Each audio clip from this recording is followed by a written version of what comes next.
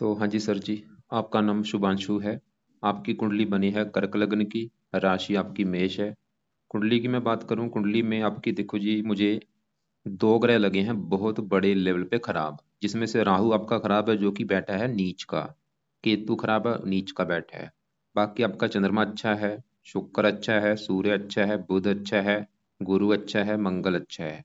और शनि की बात करूं, ये आपको आधे अच्छे फल देगा, आधे खराब फल देगा। तो ये पूरा विस्तार में आपको समझाऊंगा मैं। और आपने जो सवाल मुझे लिख रखे हैं कि आपको जॉब करनी चाहिए, जब वकालत करनी चाहिए, फाइनेंशियली आप कैसे सही हों और आगे का फ्यूचर कैसा होगा, तो आपके जो भी सवाल है वो मैं कवर भी करूंगा। सबसे पहले देखो जी, आप ये समझो कि जो कुंडली होती है इसमें होते हैं टोटल 12 घर। तो 12 घर मैं लिख देता हूँ, एक बार आप समझ लो। ये है पहला घर, ये आपका दूसरा घर, तीसरा घर, चौथा, पांचवा, छठा घर है ये, सातवां, आठवां, नौवां, 10वां, 11वां और ये 12वां घर। अब ये जो 12 घर हैं, इन घरों से आपके जीवन के बारे में कुछ ना कुछ पता किया जाएगा। जैसे कि पहले घर से देखा जाएगा कि आपका शरीर कैसा होगा, आपकी हेल्थ कैसी होगी, स्वभाव कैसा, रंग रूप कैसा, पर्सनैलिटी कैसी, हम इस पहले घर से देखेंगे। दूसरे घर से आपका धन जोड़ना देखेंगे। तीसरा घर छोटे भाई बहनों का है। चौथा घर आपकी माता, मकान, वाहन। पांचवा घर आपके बच्चों का है। छठा घर शत्रु, रोग, कर्जे का है। सातवां घर आपकी पत्नी का। आठवें घर से आपकी उम्र देखेंगे। नौवें घर से भाग्य है। 10वां घर काम काज का है। 11वां घर है लाभ। और 12वें घर से आपके खर्चे देखे जाएंगे। तो आपने मेरी देखो जी दो बातें नोट कर लेनी है। पहली बात, जो मैंने 12 घर लिख रखे हैं इनको याद कर लो। और दूसरी बात, इन 12 घरों से जो कुछ देखा जाएगा वो याद कर लो। अब आप ये देखो कि आपने क्या देखना है। आप अपना सवाल बोलो। जैसे कि आपका सवाल है, मान लो आपकी पत्नी को लेके, तो सातवां अगर कुंडली में पत्नी का होता है तो पत्नी का सुख देखना है, सातवां घर। और सातवें घर में एक नंबर लिखा है 10 नंबर। 10 है मकर राशि, मालक बनाइए शनि। तो आपकी पत्नी के लिए हमें आपकी पत्नी के लिए हमें सातवें घर के मालक शनि को देखना पड़ेगा। ऐसे ही अगर आपका सवाल आपकी माता को लेके है, चौथा घर माता का है, चौथे घर में नंबर 7 लिखा है, 7 है तुला राशि, मालक बना शुक्र। तो आपकी माता के लिए हमें शुक्र को देखना पड़ेगा। मेरा भाई कहने का मतलब ये है कि जो भी कुछ देखना है कुंडली का, वो घर देखो। और घर का जो मालक बना है वो मालक देखना है। और मालक अच्छा है या बुरा है, वो कैसी कंडीशन में है, उसको हमने देखना है। अब बात करते हैं भविष्यवाणी की। तो भविष्यवाणी में क्या होता है कि जो 9 ग्रह हैं, सभी 9 ग्रहों का जो असर है आपके जीवन के ऊपर हमेशा रहेगा। लेकिन इनका असर कई गुना बढ़ जाएगा इनकी दशा आने पर। जैसे कि मैंने आपको बोला कि आपकी पूरी कुंडली में सबसे ज्यादा जो ग्रह खराब मुझे लगा है, राहु लगा है। तो राहु क्या करेगा, आपको बचपन से लेके आपके बुढ़ापे तक आपको खराब फल, बुरे फल देता रहेगा।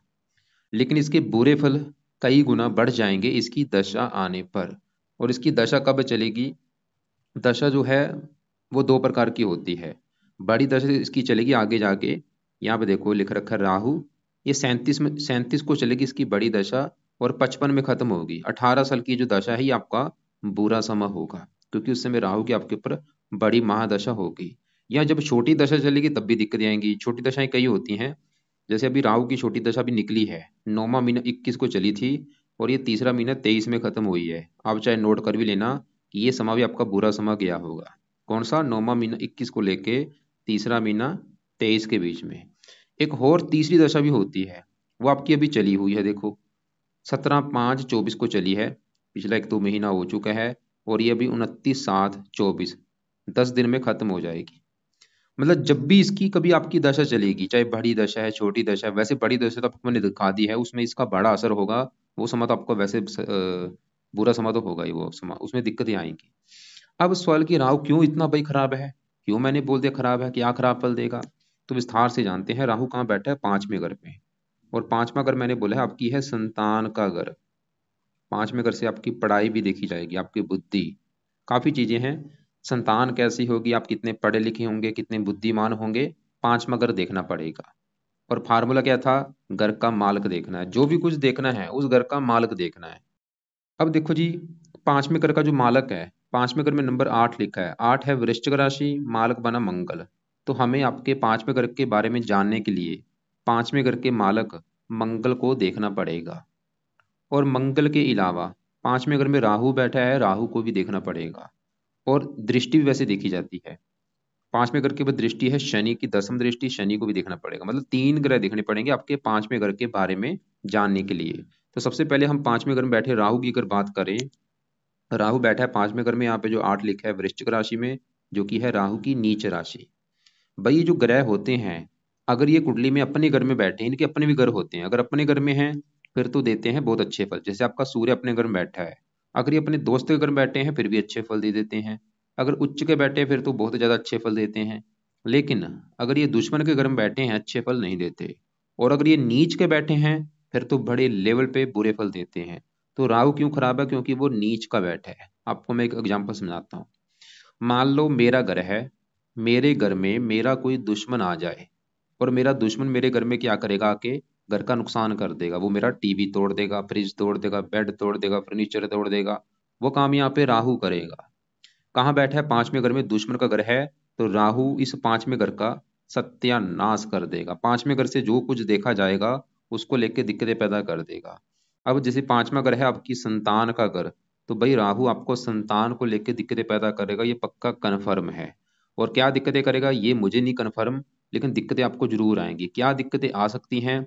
जहाँ तो आपके लड़कियां ज्यादा पैदा कर देगा, लड़का आपके होगा नहीं, पुत्र का सुख मिलेगा नहीं, या देरी से होगा, या आपकी पत्नी का गर्भपात करा सकता है, या संतान ऑपरेशन के द्वारा होगी, या संतान आपकी काफी देरी से होगी।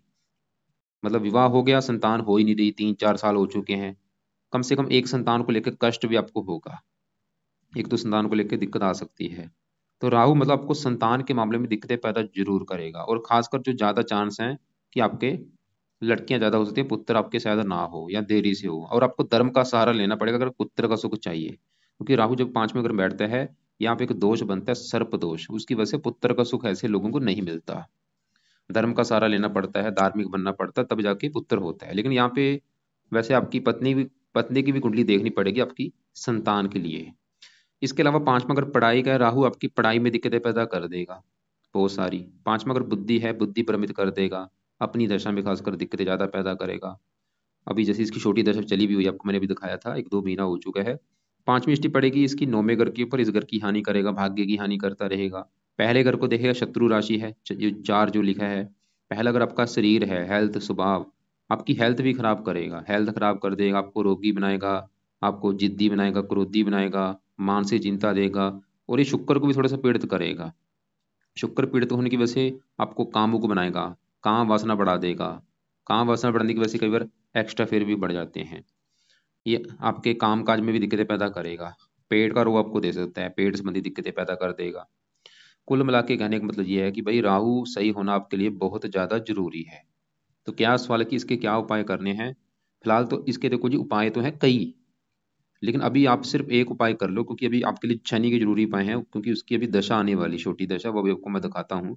तो राहु के लिए एक दो आपने 2 उपाय करने हैं। पहला कि रात के समय राहु का एक पाठ है, कवच का पाठ, ये पाठ आपने पढ़ना है रात के समय, या इसकी ऑडियो लगा के सुना करो। दूसरा उपाय, राहु का दान किया करो, और दान कोशिश करो रोजाना कर दिया करो भाई। अगर रोजाना टाइम नहीं लगता, हफ्ते में 3-4 दिन दान करो, और करते रहना दान लाइफ टाइम। तो पहला उपाय राहु का पाठ पढ़ना है, रात को पढ़ो या इसको सुन लिया करो, 2 मिनट का है पाठ, दान हो गया। तीसरा उपाय है राहु के लिए शिव जी की पूजा उपासना करो। शिव जी के रोजाना मंदिर जाना है, और शिव जी का जो मंत्र है, ओम नमः शिवाय, ओम नमः शिवाय, ये मंत्र जाप किया करो। कब करना है मंत्र? मैं तो बोलूंगा सुबह भी करो, दोपहर को करो, शाम को करो। कहाँ पे करना है?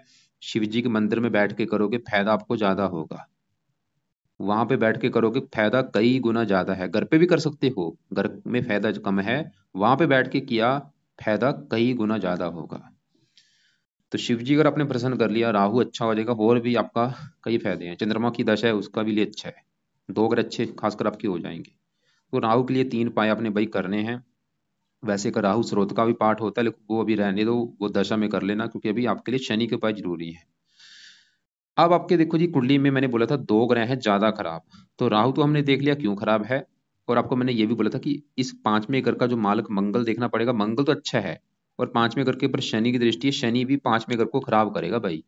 ये शनि भी 8वें घर से 5वें घर को देख रहा है, और शनि भी ये दिखा रहा है कि आपको संतान को लेकर दिक्कतें आएंगी आपको, एक दो संतान संबंधित चिंता जरूर होगी आपको, गर्भपात होना, संतान का देरी से होना, गड़बड़ होगी कोई ना कोई।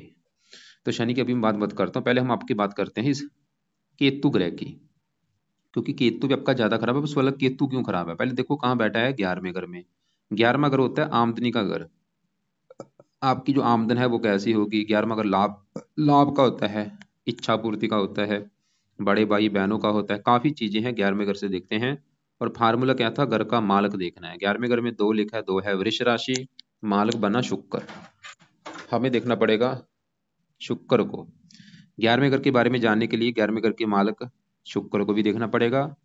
और शुक्र के अलावा 11वें घर में केतु बैठा है, केतु को भी देखेंगे। तो केतु भी आपका 11वें घर में, यहाँ पे जो दो लिखा है वृष राशि में, नीच का बैठा है। जैसे राहु नीच का है, राहु क्यों खराब था, नीच का है। केतु 11वें घर में नीच का है, तो केतु 11वें घर को खराब करेगा।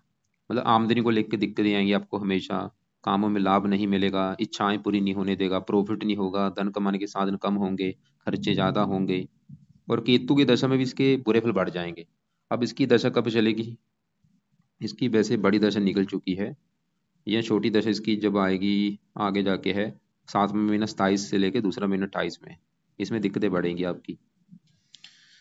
तो केतु के लिए क्या करना है, अगर केतु के उपाय करते हो तो इसका भी जो बुरा फल आपको नहीं मिलेगा। तो पहला उपाय, रात के समय केतु कवच का भी पाठ आपने पढ़ना है या इसकी ऑडियो लगा के सुन लिया करो। दूसरा उपाय, केतु का दान करो। क्या दान है इसका, दान देखो जी, कुत्तों को रोटी डालना होता है, तो रोजाना कुत्तों को रोटी डालो, बिस्कुट डालो, दूध डालो, कुत्तों की सेवा करो। राहु का दान सतनाजा होता है, 7 प्रकार के अनाज होते हैं, उनको पंछियों को डाला जाता है। आपको मैं देखो जी दोनों के दान की वीडियो भेजूंगा कि राहु ग्रह के दान क्या है, वो आप देख लेना। और केतु का भी दान की वीडियो आपको मैं भेज दूंगा। तो वो दान आपने करने हैं, राहु केतु के दान किया करो। अब आगे बढ़ते हैं, आपके शनि की बात करते हैं। और आपको मैं देखो जी अभी बार बार क्या रिपीट कर रहा हूं, कि जो 9 ग्रह होते हैं इनका असर जो है वो हमेशा जीवन भर रहता है, लेकिन इनका असर कई गुना बढ़ जाता है इनकी दशा आने पर। जैसे शनि है, ये आपको बचपन से जो भी इसने अच्छा बुरा फल देना दे रहा है, लेकिन अभी इसकी दशा चलेगी। अब कभी कब चलेगी, देखो दशा पहले समझो कितने प्रकार की होती है, वो थोड़ा समझा देता हूँ। दशा होती है 2 प्रकार की, एक होती है महादशा, एक अंतरदशा। महादशा होती है बड़ी, जो कि चली हुई है आपके ऊपर आज के समय में, चंद्रमा की। कब से चली है भाई, 20 से चली है, कब खत्म होगी, 30 में। 10 साल की दशा है, तो इसका मतलब है कि आपके जीवन के ऊपर सबसे बड़ा असर है चंद्रमा का। कितना असर है, 80%। आपकी मतलब 100 में से 80% लाइफ में अभी जो कुछ आपके साथ हो रहा है चंद्रमा की वजह से हो रहा है। जो भी आप खा रहे हैं, पी रहे हैं, काम कर रहे हैं, कहीं ना कहीं कारण ही है चंद्रमा। कुछ असर आपके ऊपर 20% गुरु का है, जिसकी चली है अंतरदशा। तीसरा महीना 23 को चली थी, अभी 7वां महीना 24 में, 10 दिन के बाद खत्म हो जाएगी। और ये 10 दिन के बाद आपकी दशा आने वाली है शनि ग्रह की। यहाँ पे देखो छोटी दशा चलेगी, छोटी ये चलेगी 29/7/24 को शनि की दशा। कब खत्म होगी, दूसरा महीना 26 में। तो शनि के बारे में जानना जरूरी है कि जो दशा अभी आने वाली है वो अच्छा है या बुरा है। तो भाई शनि आपको रले मिले फल देगा। पहले देखो शनि कहाँ बैठा है, 8वें घर में। 8वें घर से क्या देखा जाएगा पहले वो समझ लो। 8वें घर से देखा जाता है आयु, मृत्यु, मृत्यु कष्ट, लंबी बीमारी, दुर्घटना, गुप्त रोग, गुप्त विद्या, ससुराल की स्थिति, गरीबी, रुकावटें। ये जो चीजें होती हैं 8वें घर से देखते हैं। और आपको मैंने फार्मूला क्या समझा रखा है, घर का मालक देखना है। तो 8वें घर में क्या लिखा है, 11। 11 है कुंभ राशि, मालक बना शनि। तो हमें 8वें घर के मालक शनि को देखना पड़ेगा। और शनि कहाँ बैठा है, इसी घर में बैठा है, जो कि बहुत बड़ी अच्छी बात है भाई। जैसे आपको मैं फिर एग्जांपल समझाता हूँ मेरा घर है, मैं अगर अपने घर में बैठा हूं तो भाई क्या होगा, मैं अपने घर का अच्छा करूंगा, अपने घर की रक्षा करूंगा, सफाई रखूंगा। वो काम यहाँ पे शनि करेगा। ये 8वें घर में अपने ही घर में बैठा है, तो 8वें घर का कर देगा अच्छा। क्या अच्छा करेगा, 8वां अगर उम्र का है, आपकी शनि उम्र बहुत ज्यादा लंबी कर देगा इसके अलावा और भी काफी चीजें। शनि का एक और घर है, जैसे कि मालूम मेरे 2 घर हों, 7 वाला घर भी मेरा है, ये भी घर मेरा है। ऐसे शनि का ये 7 वाला जो घर है, 7वां घर, ये 7वां घर है पत्नी का घर। 7वें घर से देखा जाएगा पत्नी। और 7वें घर में 10 लिखा है, 10 है मकर राशि, इसका भी मालक है शनि। तो आपकी पत्नी के लिए भी हमें शनि को देखना पड़ेगा। तो शनि देखो जी 8वें घर में अपने घर में बैठा, मतलब शनि आपको पत्नी का भी सुख अच्छा देगा, लेकिन थोड़ा सा गड़बड़ करेगा। मतलब जहां तो आपके, एक तो शनि आपके विवाह में देरी जरूर कर देगा, विवाह होगा आपका देरी से, उम्र निकल जाने के बाद। और विवाह अगर हो भी गया वैसे तो तकरीबन विवाह का सुख अच्छा है, फिर भी थोड़ा सा गड़बड़ होगी, मतलब थोड़ा सा कभी पत्नी का बीमार होना या कभी पत्नी से मनमुटाव होना, ऐसी दिक्कतें आएंगी। खासकर ऐसा मैंने केस देखे हैं ऐसे। वैसे वैवाहिक सुख अच्छा होता है, लेकिन जो दिक्कत आती है बुढ़ापे में जाके आती है, जो बुढ़ापा होता है वहां पे उस समय दिक्कतें आती हैं। क्या दिक्कतें आती हैं, कई बार क्या होता है, बुढ़ापे में जाके पत्नी साथ छोड़ देती है, या कई बार पत्नी की मृत्यु पहले हो जाती है, लेकिन सबकी अलग अलग है, इतना सिर से मत लेना। अब देखो जी, शनि हमने क्या देखा, वो 8वें घर का अच्छा कर, आपकी उम्र के लिए अच्छा है, आपकी पत्नी के लिए अच्छा है, लेकिन अब गड़बड़ करे क्या करेगा शनि। शनि का देखो जी, आपको जो बुरा फल मिलेगा, और ये पहले से बुरे फल दे रहा है, अभी बस दशा में बुरे फल, पहले बुरे फल इतने थे, अभी बुरे फल इसके बढ़ जाएंगे। क्या बुरे फल दे रहा है, शनि की होती हैं 3 दृष्टियां। यहां से बैठा बैठा तीसरी दृष्टि पड़ेगी 10वें घर के ऊपर, जहां पे एक लिखा है, ये है मेष राशि, जो कि शनि की है नीच राशि। और 10वां घर किसका है, काम काज का। तो शनि आपके काम काज में दिक्कतें पैदा करेगा भाई, काम काज में दिक्कतें आएंगी कोई ना कोई। और कब आएंगे भी, शनि की जो दशा भी 10 दिन के बाद चलेगी, उसमें दिक्कतें बढ़ जाएंगी। आप ये समझ लो, आपकी जो भी पहले भी दिक्कतें आ रही चाहे काम काज में, वो कहीं ना कहीं कारण शनि है आपका, और अभी दिक्कतें बढ़ेंगी। काम काज में दिक्कतें बढ़ेंगी, सरकारी कामों में दिक्कतें बढ़ेंगी, पिता संबंधी दिक्कतें बढ़ सकती हैं, पिता का बीमार होना या पिता से मनमुटाव होना, मान हानि कर सकता है। 7वीं दृष्टि पड़ेगी दूसरे घर के ऊपर, शत्रु राशि, दूसरा घर धन का, धन की हानि कर देगा। संतान के घर को देखेगा, संतान संबंधी चिंता पैदा कर देगा। अगर आप इसकी दशा में संतान लेते हैं तो गर्भपात हो सकता है, या संतान का मृत पैदा होना, ऐसी दिक्कतें आ सकती हैं। लेकिन अगर आप चाहते हैं कि भाई शनि आपको बुरे फल ना दे, ऐसा आप क्या काम करें, तो आप उपाय लिख लो, क्योंकि अगर आप उपाय करेंगे शनि आपको बुरे फल भाई नहीं देगा। तो क्या उपाय है, पहला उपाय, रात के समय शनि चालीसा का पाठ पढ़ना शुरू कर दो, या इसकी ऑडियो लगा के सुन लिया करो। दूसरा उपाय, शनि कवच का पाठ पढ़ना शुरू कर दो। यहाँ पे 2 पाठ मैंने लिखे हैं, दोनों पाठ रात को पढ़ने हैं, या इनको ऑडियो लगा के सुनना है। तीसरा उपाय, हर शनिवार को शनि मंदिर में जाना शुरू कर दो। अगर घर के आसपास शनि मंदिर है, फिर रोजाना जाना है, दूर है तो शनिवार को जरूर जाओ। और वहां पे जाके क्या बोलना है कि हे शनि देवता जी, आपके मैं मंदिर इसलिए आया हूँ क्योंकि आपकी अभी दशा अभी मेरी स्टार्ट होगी, और मैं चाहता हूँ आपकी दशा अच्छी जाए मेरी। दान शनि का मत करना, शनि मंदिर जाओ, पैसे का माथा टेक सकते हो आप। तो दोनों पाठ रात को पढ़ने हैं या इनको सुनना है, और शनि मंदिर जाना है। बाकी रात के समय ही आपको राहु कवच का भी पाठ बोला है, केतु कवच का पाठ बोला है, और शिव जी का जो पाठ है वो आप सुबह कर लिया करो। तो ये हो गया आपके, देखो जी, जो ग्रह खराब थे। अब आपके करते हैं दूसरे ग्रहों की बात। और सबसे पहले आपके दूसरे घर में बैठे मैं बुध और सूर्य की बात करता हूँ कि ये ग्रह आपको क्या अच्छे बुरे फल देंगे। आपको देखो जी, मैंने अभी क्या बोला था कि 12 ग्रहों से कुछ ना कुछ देखा जाता है। ये जो दूसरा घर होता है, ये कुंडली में होता है धन जोड़ने का घर, कि आप अपनी लाइफ में कितना भाई धन जोड़ेंगे, कितना आपका बैंक बैलेंस होगा। दूसरा घर देखना पड़ेगा। दूसरा घर परिवार का भी होता है और वाणी का भी होता है। अब देखो जी, फार्मूला क्या था, घर का मालक देखना है। दूसरे घर में क्या है, 5 लिखा, 5 है सिंह राशि, मालक कौन बना, सूर्य, हमें देखना पड़ेगा सूर्य को। और सूर्य कहाँ बैठा है, इसी घर में बैठा है। बहुत बड़ी अच्छी बात है। देखो जी, दूसरा घर धन, धन का मालक सूर्य है, दूसरे घर में ही बैठा है, ये बहुत अच्छी बात होती है। ऐसे जो लोग होते हैं महाधनी होते हैं, मतलब सूर्य ये दिखा रहा है कि आप भाई बहुत ज्यादा धनी होंगे, आप अमीर होंगे, करोड़पति होंगे, क्योंकि धन का मालक अपने घर में बैठा है। देखो जी, लॉजिक है, धन का मालक अपने घर में बैठा है, और सूर्य वैसे भी देखो जी बड़ा है, धरती से भी कई गुना बड़ा है, मतलब धन कितना आएगा, बहुत ज्यादा बड़े लेवल पे धन आएगा। ऐसे जो मेरे मेरे पास कुंडलियां आती हैं, ऐसे लोग फैक्ट्रियों के मालक होते हैं, कि बड़ी बड़ी फैक्ट्रियां होती हैं, उद्योगपति होते हैं। और अभी यहाँ पे अगर आपने ये भी देखना है कि धन कहाँ से आएगा, सूर्य देखो जी किसका कारक है, पिता का कारक, पिता से धन देगा। सूर्य सरकार का कारक है, सरकार से धन देगा। और सूर्य जिन चीजों का कारक है, उनसे आपको धन मिलेगा। और ये सूर्य जब भी दूसरे घर में होता है, ऐसे लोग, ये डॉक्टरों के लिए अच्छा होता है, डॉक्टर हो गया या वकील हो गया, उनके लिए अच्छा होता है सूर्य दूसरे घर में बैठा। ऐसे लोगों के हाथ ज्यादा गर्म होते हैं, मैंने देखा हाथ गर्म होते हैं। खाना पीना बहुत अच्छा होता है, शाही खाना होता है, क्योंकि दूसरा खाने का भी होता है। परिवार का सुख अच्छा, वाणी थोड़ी सी कई बार कठोर होती है। अब दूसरे घर में बुध भी बैठा है, बुध सूर्य दोनों आपस में दोस्त हैं। जैसे कि मेरे घर में मेरा कोई दोस्त आ जाए, मेरा दोस्त मेरे घर में मेहमान बन के आएगा भाई, वो भी घर का अच्छा करेगा, वो काम यहाँ पे बुध करेगा। बुध दूसरे घर में सूर्य घर में बैठा है, तो सूर्य इसका है दोस्त। बुध द्वितीय जो बना है, बुध भी इस घर का अच्छा करेगा। और बुध इस घर का मालिक है तीसरे घर का, जहाँ पे 6 लिखा है। तीसरा घर पराक्रम, उद्यम, मेहनत। पराक्रम चला गया धन के घर में, मेहनत धन। बुध ये दिखा रहा है कि भैया आप खुद की मेहनत के बल पर भी धन कमाएंगे। पराक्रम के बल पर धन कमाएंगे। बुध आपको मेहनती बनाएगा, साहसी, और बुध भी आपको धनी बनाएगा। किससे? बुध के जुड़े काम से भी आप धन कमाएंगे। बुध है वाणी का कारक, जिसमें वाणी की जरूरत होती है। जैसे आपने जो आप काम करते हैं, वकालत हो गया, पढ़ाने का काम हो गया, लिखने का कोई काम होगा, लेखन, प्रकाशन, पत्राचार, टाइपिस्ट, सेल्समैन, हरे रंग से जुड़ा काम हो गया। बुध वैसे इस 12वें घर का भी थॉम है, ये थोड़ा सा खर्चा भी धन आपका कराएगा। अब हमने बुध सूर्य देखे, ये आपके हैं अच्छे। अब बात करते हैं शुक्र ग्रह की। शुक्र देखो जी कहाँ बैठा है? पहले घर में। लेकिन शुक्र पहले समझो किस घर का मालक है। शुक्र है एक तो इस घर का मालक 7वें घर का, और इस 11वें घर का, चौथा 11वां। शुक्र देखो जी दो घरों का है मालक, चौथे घर का और 11वें घर का। पहले समझो चौथा घर किसका है। चौथा घर है आपकी माता का घर। माता कैसी होगी? मकान कैसा होगा आपका? वाहन कैसा? भूमि, जमीन, जायदाद, नौकर, चाकर।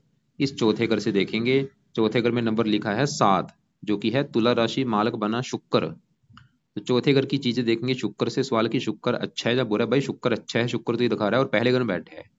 शुक्र तो ये दिखा रहा है कि आप खुद की मेहनत के बल पर खुद के पराक्रम के बल पर घर बनाएंगे, वाहन लेंगे, भूमि, जमीन, जायदाद, सभी सुख प्राप्त करेंगे। मतलब आपके पास अच्छा घर होगा, अच्छी गाड़ी, भूमि, जमीन, जायदाद, सभी सुख मिलेंगे, लेकिन खुद की मेहनत के बल पर। और शुक्र 11वें घर का मालक है, जहाँ पे 2 लिखा है। 11वां घर आमदनी, आमदनी अच्छी कर देगा, लाभ देगा, इच्छाएं पूरी कर देगा। लेकिन मैं फिर बोलूंगा भाई दशा बहुत जरूरी होती है। मान लो आज आपके ऊपर शुक्र की दशा होती, ये समय अच्छा था। शुक्र पहले घर में बैठा है। पहला घर आपका है शरीर, सेहत, स्वभाव, रंग रूप, पर्सनैलिटी। दोबारा समझाता हूँ एक बार कि जो 12 घर मैंने बोले, 7वां घर है पत्नी का, 5वां घर बच्चों का, चौथा घर माता का, तीसरा घर छोटे भाई बहन। ऐसे भाई जो पहला घर है ये है आपका घर। आप जो हैं, आप कैसे होंगे, आपका शरीर कैसा होगा, रंग रूप कैसा होगा, पर्सनैलिटी, सर मस्तक कैसा होगा, पहले घर को देखा जाएगा। और पहले घर में नंबर 4 लिखा है। 4 है कर्क राशि, मालक बना चंद्रमा। आपके बारे में जानना है, हमें चंद्रमा को भी देखना पड़ेगा, और चंद्रमा के अलावा पहले घर में बैठे शुक्र को भी देखना पड़ेगा। तो अभी हम क्योंकि शुक्र को देख रहे हैं, शुक्र तो पहले घर का कर रहा है अच्छा। शुक्र है सुंदरता का कारक। शुक्र तो ये दिखा रहा है कि आप दिखने में सुंदर होंगे, आकर्षक होंगे। आप जितनी मर्जी आपकी उम्र हो जाए, आप जवान, आपको ये जवान बनाई रखेगा शुक्र। और शुक्र आपको संगीत, गीत, कला में रुचि पैदा कर देगा, थोड़ा सा कामों को बनाएगा, काम वासना भी बढ़ाएगा, एक्स्ट्रा फेयर भी कराएगा आपके। आप लड़कियों के पीछे भागने वाले होंगे। अब देखो जी पहले घर में शुक्र तो देख लिया, अब पहले घर में जो 4 लिखा मालक चंद्रमा, जिसकी सबसे जरूरी बात करनी है। लेकिन उससे पहले आपके मैं तीसरे घर में बैठे गुरु मंगल की बात कर लेता हूँ कि ये कैसे हैं। तो ये भी आपके अच्छे हैं। अगर पहले मैं यहाँ पे गुरु की बात करूं, अभी गुरु की दशा चली भी हुई है, 1 साल हो चुका है। गुरु यहाँ पे देखो जी, गुरु मंगल बैठे हैं तीसरे घर में। यहाँ पे 6 लिखा है, कन्या राशि बुध की राशि है। और गुरु मंगल दोनों इस कुंडली में है योग कारक। पहले गुरु की बात करूं, 9वें घर का मालक है, जहाँ पे 12 लिखा है। 9वें घर से भाग्य है, धर्म, तीर्थ यात्रा, विदेश यात्रा, पिता का सुख। भाग्य जाके तीसरे घर मेहनत के घर में। गुरु ये दिखा रहा है कि आपको, आप खुद की मेहनत के बल पर अपना भाग्य दे करेंगे। और गुरु अपने घर को देख भी रहा, आपको भाग्यशाली बनाएगा, धार्मिक, परोपकारी, पिता के लिए अच्छा है। थोड़ा सा गुरु एक बुरा फल देगा, इस 7वें घर को देख रहा है। यहाँ पे मकर राशि, नीच राशि, थोड़ा सा पत्नी संबंधी दिक्कतें पैदा करेगा ये। थोड़ा सा मतलब पत्नी सा मन मुटाव होना, ऐसी दिक्कत, या पत्नी का बीमार होना। बाकी देखो ये साथ में जो मंगल बैठा है, जैसे मैंने बोला था, ये राहु जहाँ बैठा है 5वें घर में, राहु तो कर रहा है 5वें घर की हानि। शनि भी इस घर को देख रहा था, वो भी इस घर की हानि कर रहा है। लेकिन 5वें घर का मालक मंगल फिर भी चलो अच्छा है। वो फिर भी ये दिखा रहा है कि आपको संतान का सुख मिल जाएगा, पढ़ा लिखा, बुद्धिमान, मेहनती। ये तीसरा घर छोटे भाई बहनों को होता है। गुरु वैसे आपके भाई ज्यादा होंगे, भाई को सुख अच्छा दिख रहा है, खासकर बड़े भाई का सुख आपको मिलेगा। और बाकी देखो जी मंगल आपके 10वें घर का मालक है, काम काज होगा। गुरु भी यहाँ पे जब भी होता है तीसरे घर में, ये वकीलों के लिए अच्छा होता है। वकील हो गया, इंजीनियरिंग हो गया। और अब थोड़ा सा मैं विस्तार में समझाऊंगा आपको चंद्रमा के बारे में, जिसकी है बड़ी दशा, कि ये कैसा है। क्योंकि देखो जी आपके ऊपर आज के समय में सबसे बड़ी दशा है चंद्रमा की। अगर चंद्रमा आपका अच्छा है, फिर तो आपकी लाइफ में करेगा अच्छा ही अच्छा। अगर बुरा है, लाइफ में बुरा ही बुरा करेगा। तो सवाल है कि चंद्रमा अच्छा है या बुरा है। तो चंद्रमा देखो जी आपका है तो बहुत बड़े लेवल पे अच्छा, लेकिन मुझे एक गड़बड़ लग रही है कि इसके अच्छे फलों में कमी आ रही है। वो क्यों आ रही है? क्योंकि इसके ऊपर पड़ रही है शनि की दृष्टि। ये शनि की दृष्टि से पीड़ित है। पहले समझो अच्छे फल क्या है। चंद्रमा कहाँ बैठा है? 10वें घर में। 10वें घर में जो 1 लिखा है, ये है मेष राशि, जो कि मंगल की राशि है। चंद्रमा मंगल को अपना दोस्त मानता है। अपने दोस्त के घर में आके बैठा है। कहाँ बैठा है? 10वें घर में। 10वां घर किसका है? काम काज। चंद्रमा तो ये दिखा रही है आपको काम काज का सुख अच्छा मिलेगा, 10वां घर पिता पिता का सुख अच्छा, मान प्रतिष्ठा अच्छी, सरकार का सुख अच्छा। और चंद्रमा है इस पहले घर का मालक जहाँ पे 4 लिखा है। शरीर सेहत स्वभाव चंद्रमा से देखेंगे, चंद्रमा ये दिखा रहा है कि आपका शरीर अच्छा होगा, हेल्थ अच्छी, स्वभाव अच्छा, रंग रूप अच्छा। और आप चंद्रमा के जुड़े काम भी कर सकते हैं। इसके जो काम है वो आपको मैं दिखा देता हूँ। इसके देखो जी जो काम होते हैं वैसे होते हैं, पानी से जुड़ा कोई काम हो गया, दूध से जुड़ा काम हो गया, यहाँ पे बाद में पढ़ देना आप, जल से संबंधित वस्तुएं, दूध, डेयरी फार्म, खाद्य पदार्थ, आइसक्रीम, कोल्ड ड्रिंक, सफेद पदार्थ, चांदी, चावल, नमक, इनसे जुड़ा आप काम कर सकते हैं। क्योंकि काम का जो घर में बैठा है इसका आपके ऊपर है बड़ा असर। अब देखो जी चंद्रमा है तो अच्छा, लेकिन मैंने क्या बोला, गड़बड़ क्या हो रही है, इसके ऊपर पड़ रही है शनि की दृष्टि। ये शनि से पीड़ित होने की वजह से थोड़े से आपको बुरे फल भी देगा। बाकी आप प्रैक्टिकल कर लेना कि जब से ये चंद्रमा की दशा चली है 20 से, कि ये दशा अच्छी जा रही है या बुरी जा रही है। क्योंकि इससे पहले आपकी सूर्य की दशा थी, वो तो अच्छा आपको दिया, फल फल दिए होंगे उसने आपको। लेकिन अभी चंद्रमा है ये आपको थोड़ा सा, क्योंकि शनि से पीड़ित होने की वजह से रले मिले फल देगा। लेकिन अगर आप चाहते हैं कि चंद्रमा की जो दशा चली हुई है बिल्कुल अच्छी जानी चाहिए, कि भाई इसका सबसे बड़ा असर है, दशा भी अभी देखो 30 में खत्म होनी है, तो इसके क्या उपाय है, सवाल ये है। अब आप इसके उपाय लिख लो, और इसके उपाय जरूरी भी हैं आपके लिए। पहला उपाय, सुबह के टाइम चंद कवच का पाठ आपने पढ़ना है, या इसको ऑडियो लगा के सुना करो। दूसरा उपाय, चंद स्रोत का पाठ पढ़ना है। दोनों पाठ दो दो तीन तीन पाठ भाई पढ़ा करो। मतलब एक बार पढ़ लिया है दोबारा फिर पढ़ लो, फिर पढ़ लो। नहीं पढ़ना आता सुन लिया करो, सुन लिया करो, दोबारा फिर सुन लो, फिर सुन लो, ऐसे करो। तीसरा उपाय, इसके जो देवता हैं चंद्रमा के वो हैं शिव जी। तो शिव जी के मंदिर जाना शुरू करो, शिव जी का रोजाना पाठ पढ़ना है। वो आपको मैंने बता ही दिया, उससे राहु आपका अच्छा होगा, चंद्रमा भी अच्छा हो जाएगा। चौथा उपाय, सोमवार का व्रत रखा करो। ये आपने काम करने हैं। चंद्रमा का दान मत करना, सफेद रंग का दान नहीं करना। दान आपको सिर्फ राहु का बोला है, केतु का बोला है। तो ये है आपके लिए भाई उपाय। एक बार मैं रिपीट करता हूँ। कुछ उपाय हैं सुबह के टाइम, सुबह सिर्फ आपने ये करना है, चंद कवच स्रोत दोनों पाठ पढ़ने हैं ज्यादा से ज्यादा, या इनको सुना करो। और शिव जी का जो मंत्र है ओम नमः शिवाय, चाहे घर पे कर लो चाहे शिव जी के मंदिर में करो, ज्यादा से ज्यादा 5-6 माला करो, या वैसे 10-20 मिनट बैठ के किया करो।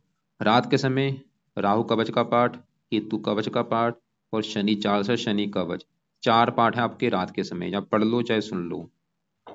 राहु का भी दान बोला है, दान की वीडियो भेज दूंगा। केतु का भी दान करो। शनि का दान नहीं करना, शनि के वैसे मंदिर आपने जाना है। और चंद्रमा के लिए भी शिव जी के मंदिर जाओ। और आप सुबह के टाइम हनुमान जी का भी पाठ कर सकते हैं। क्योंकि देखो जी हनुमान जी का पाठ करने से शनि भी आपको कष्ट नहीं देगा, राहु भी कष्ट नहीं देगा, केतु भी कष्ट नहीं देगा, मंगल भी अच्छा होता है। तो सुबह के टाइम हनुमान जी का भी कोई ना कोई पाठ पढ़ लिया करो। काले कपड़े पहनने बंद कर दो, नीले कपड़े पहनने बंद कर दो। तो कुंडली का अगर निचोड़ निकालू, कुंडली में जो दिक्कत आपको आएगी सबसे बड़ी, वो है संतान को लेके। बाकी सब कुछ सुख मिल जाएगी लाइफ में, मकान, वाहन, धन, काम, सब कुछ अच्छा है। बस संतान संबंधी चिंता आपको आएगी। और उसमें भी चिंता आएगी आपकी पुत्र संतान को लेके, लेकिन वो भी डिसाइड होगा आपकी पत्नी की कुंडली देख के। बाकी देखो जी, फिर भी आपको कुछ बात समझ ना लगी हो, जो आपके सवाल होंगे लिख लेना कॉल करके मुझे। आप कल दोपहर 1:30 और 2:30 के बीच में पूछ लेना। सवाल की कोई रत्न धारण करना है या नहीं, तो आप चंद्रमा का मोती धारण कर सकते हैं, लेकिन अभी वेट करो, अभी 5-6 महीने अभी मत धारण करना। अभी जो पाठ पूजा बोले हैं वो करो, बाद में कर लेना मोती धारण।